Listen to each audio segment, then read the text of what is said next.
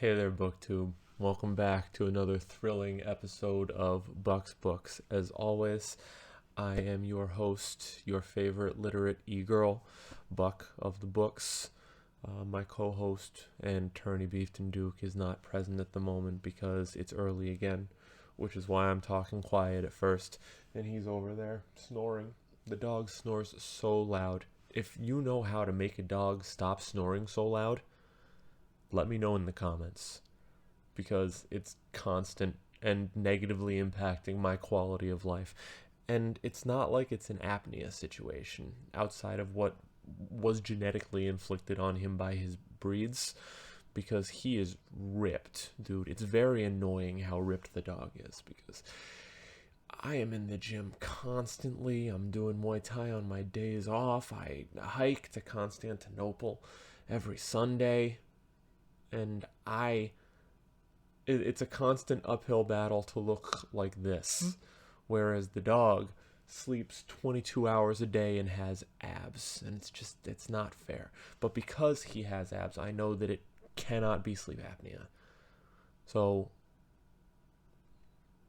it cannot be this kind of sleep apnea that can be resolved by him going on a diet. Anyway, I tried so hard to get that dog to 100 pounds. And he just wouldn't do it. I was pouring olive oil on his food, just straight calories, and he just stopped eating it. He'd be like, no, that's enough. So maybe that's why he's so ripped. Maybe it's just this internalized sense of discipline that I envy. In any event, today I would like to talk to you about a philosophical novella, a horror novella, called The Divine Farce by Michael S.A. Graziano.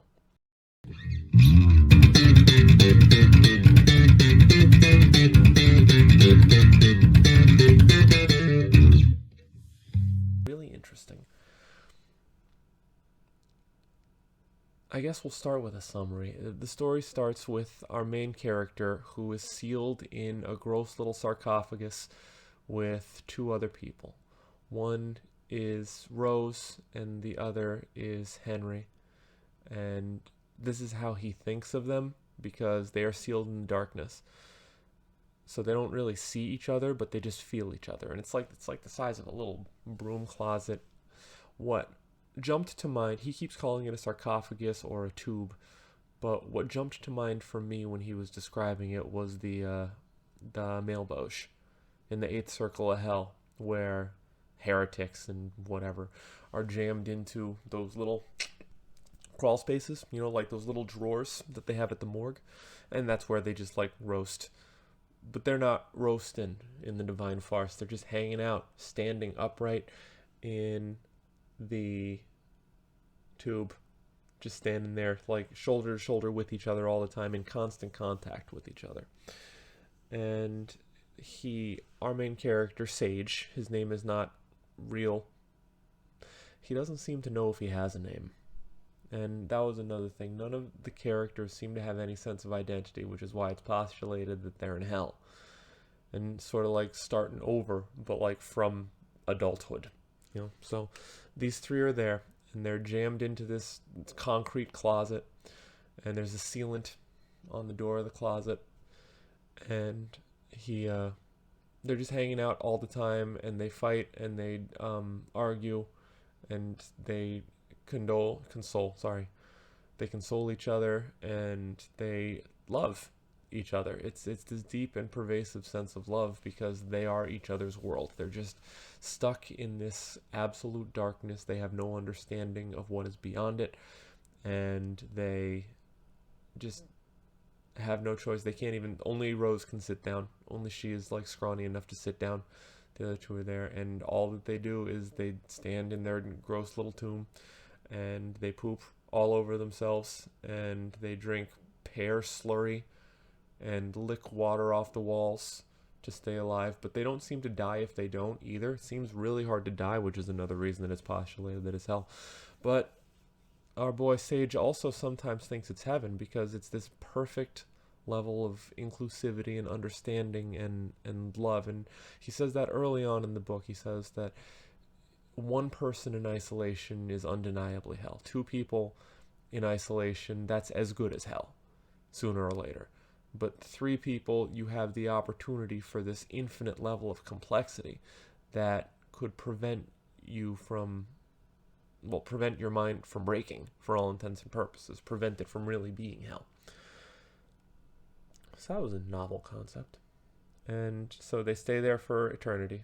Like, there's no knowing how long they're in there, and they all just stand there and drink pears and develop weird inside jokes and mannerisms distinct to each one of them. And apparently they're just always pooping and having sex with each other just all day, every day, because they can't sit down. He didn't say anything about sleeping. I don't know if they sleep. It seems irrelevant, though, because how different would sleep be from waking in an environment like that? So that's where the book starts out. And then one day, our sage, who has taken to licking every surface of the interior of the closet, discovers a point where the sealant wore off the concrete. So there's concrete lined up, and so he starts picking at it. And they all have a big fight about whether or not they should pick at it, and then eventually they decide to pick at it, and they keep picking at it until eventually they wear a hole through the holding chamber and into the outside. And on the outside there's this burst of light. They poke a hole through the concrete wall, and the light comes in for the first time in eons, and they all freak out. Oh my god, it's light. And then gradually they break it open enough to burrow out, and then they are dropped into the back rooms, for all intents and purposes. It's like it's this elaborate cave system, but there is in the cave system evidence of all of these man-made materials. So far off in the sky there are lights. The sky, sorry. Far off at the roof of the cave, like 50 feet up, there are lights, right? And they look to be electrical, and there's no explanation for how they got there. There are a bunch of these other holding tanks set up everywhere, but like inset in the walls. But a lot of them have been broken open, and there are people. There are people in the caves. Now, the cavern system is infinite and so convoluted that there's no way to really remember any of it. There's no way to map it. They're still buck naked. They're still covered in poop. There's the whole book, they're covered in poop. And that was sort of a stumbling block for me, personally, because poop's gross, dude. So whenever anything was happening, there's like this afterthought in the back of my mind. It's like, yeah, they're covered in poop, though. No, we'll get to the next part. So they get separated. They're having a breakdown, as you would after that previous environment, and then thrust into this new environment where there are other people, and strangely enough, animals, but our narrator believes that the animals are somehow humans that were put in, how did he phrase it? It was like a compromising condition or something like that. So they're wandering around, and they wind up starving because they can't get back up into their cell anymore, and there is no food where they are, and there are all these dead ends. They're just wandering around, and they wind up at this crowd, and the crowd pulls them apart. They're caught in the rush of the crowd, and Sage is carried off, and he is left on his own. And it is in the course of being left on his own that he's wandering through his new cavernous Chthonian hell world that he discovers there is food and water here. He just sat down and gave up for a while, and then started to rot. Well, not rot, but like deplete. Like his gut. He talks about his gut that he built from drinking pear slime for so long, and the gut goes it turns into like this empty sack on him because it just rots away. And then he's like, okay, well, I'm not gonna give up, I guess. I'm gonna go see if there are people moving around, and they've not all given up, then there must be food somewhere. So then he has purpose, and the purpose allows him to carry on, to persevere. So he gets up and he finds like this roaring riot of people. This is the wood carvings of Dante's Inferno by I think it was Dore. I could be wrong. Feel free to correct me in the comments because I'm not looking it up. It's too early for that. But it's like the wood carvings of just like the seething throngs of people being tortured in hell, like just an ocean of humanity. So it's like that's going on there. And he fights his way into it, because what else are you going to do? And in the middle of it, he discovers this steel trough, and it's full of biscuits, these gross little... He said that they were like these almost inedibly hard coins with no flavor whatsoever. And he said they were about that big. So, like, that's Nilla wafers, my guy. That's Nilla wafers. So he fights with all of these other tortured people for the Nilla wafers. And one of the things about the people is they've all gone feral. So most of them do not bother to respond if he says anything to them. Most of them are just so shut off into their own world and their own neurosis and their own catatonia that there's nothing for him to bounce off of.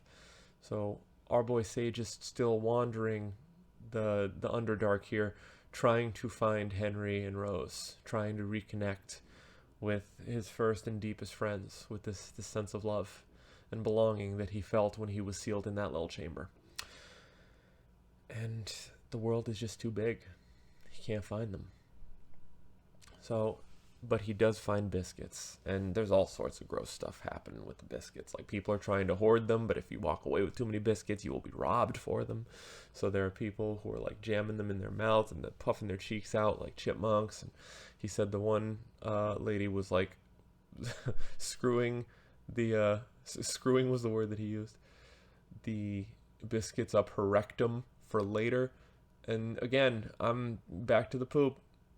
A lot of poop going on, even with the biscuits, because these people are caked in poop. So they're at the trough of biscuits, just fighting for access to the biscuits, but like they're touching them with their gross poop hands. It's just, I had a hard time with the poop aspect of the book. I understand that is not the point.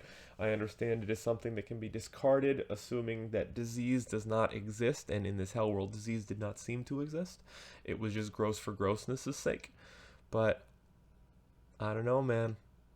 It's just hard for me to get past. So he gets the biscuits, and they're dry and very salty, and then he eats the biscuits, and then he needs water, so he finds like a trough of water. And the watering holes are the places where people, they get there and they drink, and then they have sex. So he has sex sometimes, but it is entirely soulless. Like no words are exchanged. There's no bond established with whoever the partner is. They just like look at each other, and if they have like the same look in their eye, then they just get to work right away, and then they go their separate ways immediately after. And that is life for a long time. And in the course of living this life, he gets jacked because he figures out exactly how many biscuits he needs at a given time to, like, he optimizes the situation, he optimizes his build. And it's one of the things the sage says. He's like, well, I found out that I'm good at hell. He gets ripped in a way that he was never ripped when he was in the cell. And he just does this for a long time, and then he is confronted with the philosophical question of why he's doing this. Of course, that is a recurring theme, because he's still out there looking for Henry and Rose, and that has become his raison d'etre, but like he doesn't have anything else to drive him along, because there's no way to connect with any of these people, and he keeps trying. And sometimes they will respond. Like, he convinces the one woman to respond by giving her a biscuit, and then she looks up at him and she's like, I want more. And he's like, yeah, I'll get you more. But like, he can't, because he'll never find her again. And then he just like wanders away. And he eventually realizes that the floor is covered in poop and hair, discarded hair. And he's like, wait, poop and hair is like materials. Poop and hair, I could make a rope. And it's around the same time that he realizes that the skylights are not actually lights, but they're holes to an outside world where the sun never sets. Like, the light is always coming in, which is why it's impossible to track time there.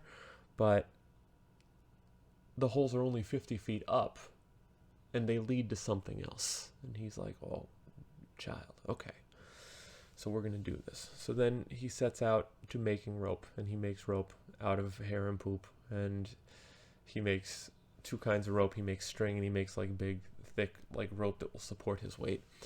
And then he initially turns it into armor and wraps himself up in the rope, and then he becomes an unstoppable juggernaut whenever he has to go raid the Nilla wafer trough or go to the watering hole.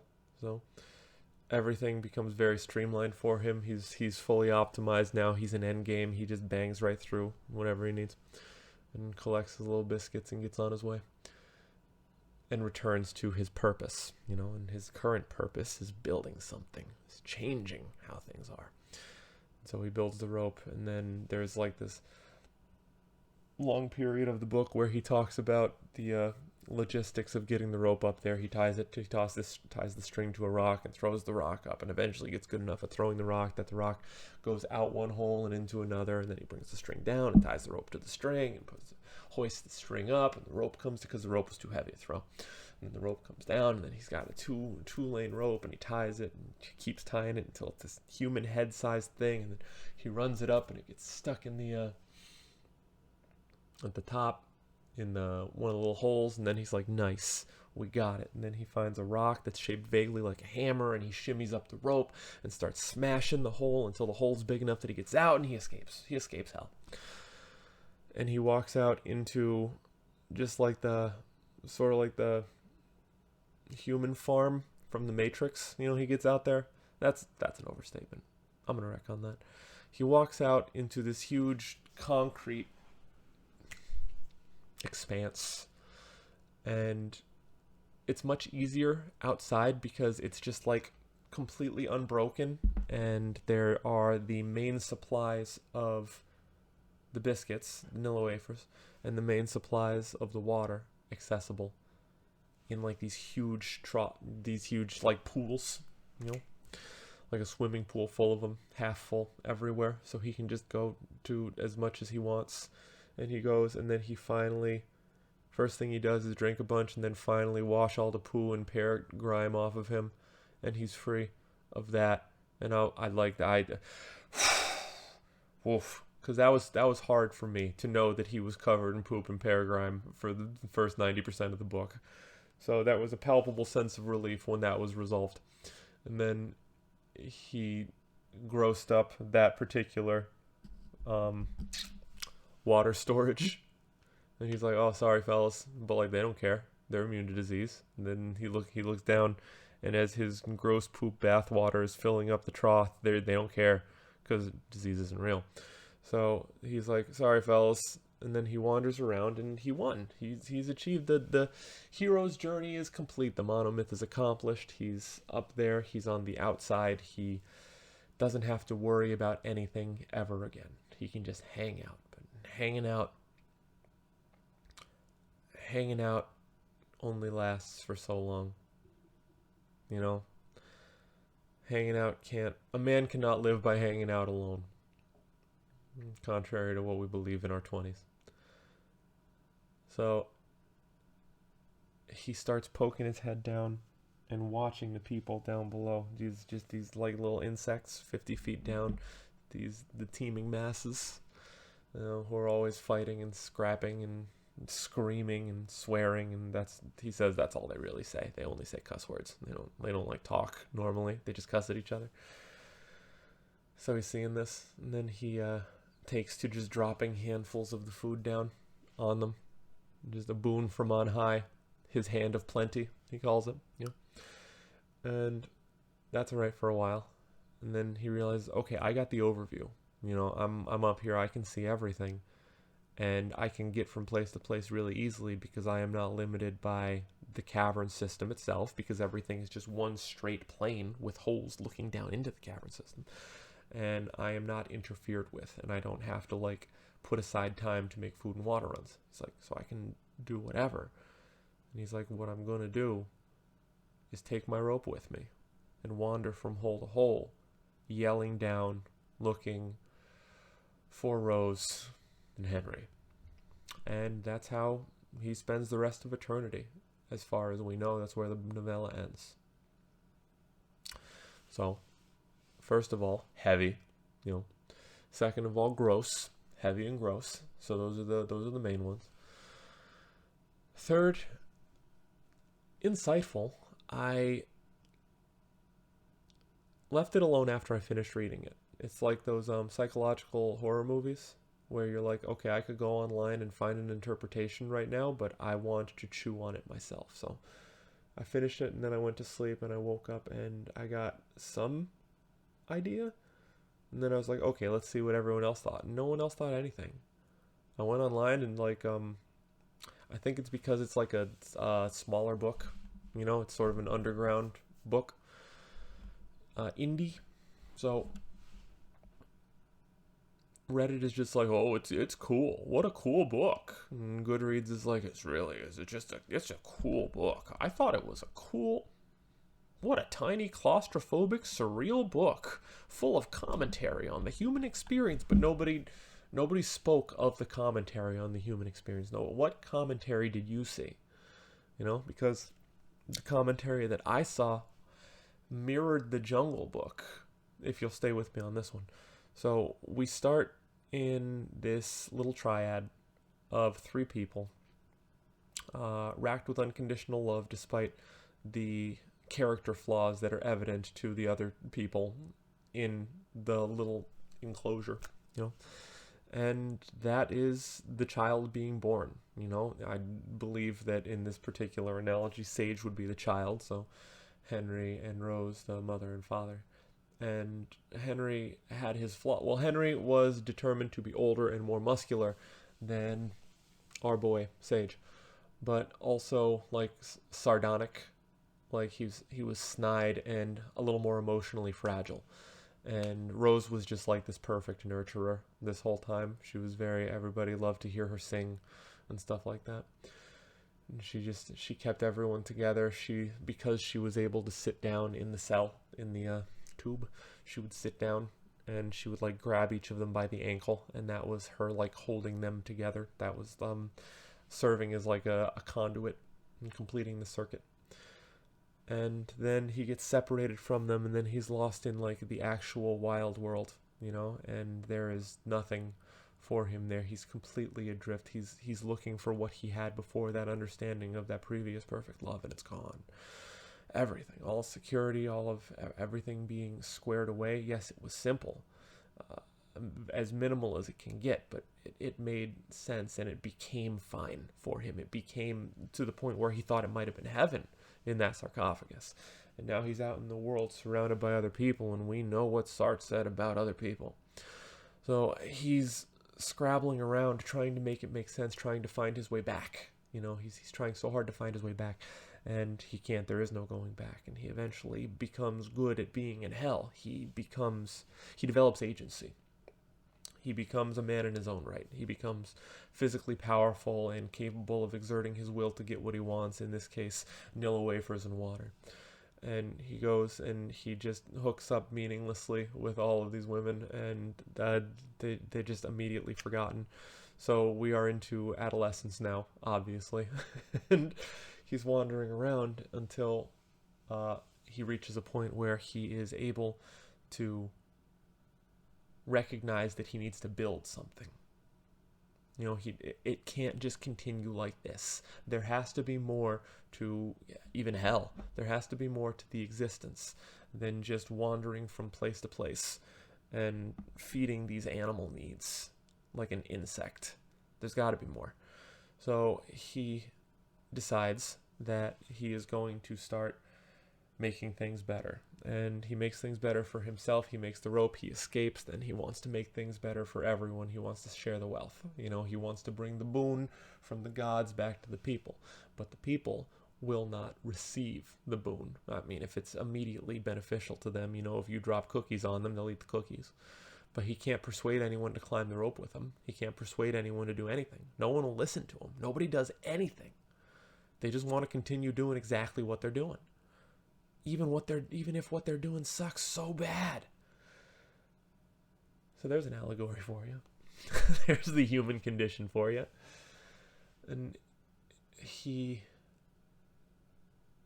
is up there, and he has achieved his goals. You know, he has ascended. So what does he want to do now? Well, he wants to make things better for other people, but He is limited in his capacity to do that. And though he still does, though he continues to wander from place to place and drop these Nilla wafers down on the people below, there is no gratitude and there is no development from them. He does it for his own sake. He does it for it's a selfish altruism, sort of. A narcissistic philanthropy.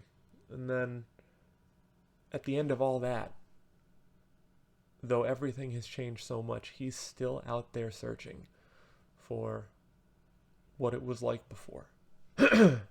He's still out there searching for Rose and Henry. For Mom and Dad. It was a head trip. It is a great book to read if you like philosophy. Or poop, I guess. Or hell. It was one of the better renditions of hell that I've read about. Thanks for tuning in again. I'll see you tomorrow in all likelihood. Don't forget to like, follow, subscribe if you haven't yet.